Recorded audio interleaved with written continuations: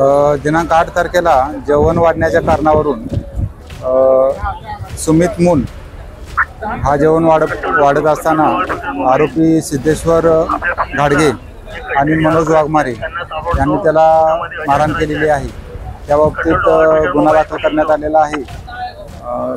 जखमीचे medical देखील करण्यात आलेला आहे आणि वरती कायदेशीर कारवाई करण्याची प्रोसेस सुरू आहे। नाही, पूर्वीची काही खुन्नस नव्हती त्यांच्यामध्ये, परंतु तात्कालीन कारणावरून त्यांच्यात भांडण झालेलं आहे आणि त्यामध्ये सुमित मून हा जखमी झालेला आहे।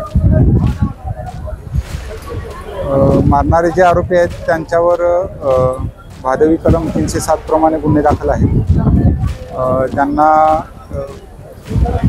सातारा आणि कोल्हापूर मधील जेलमधून या ठिकाणी ट्रान्सफर करण्यात आलेला आहे आणि जखमी जो आहे तो शिक्षाबंदी आरोपी आहे, कैदी आहे आणि त्याचा सध्या पुढील तपास सुरू आहे।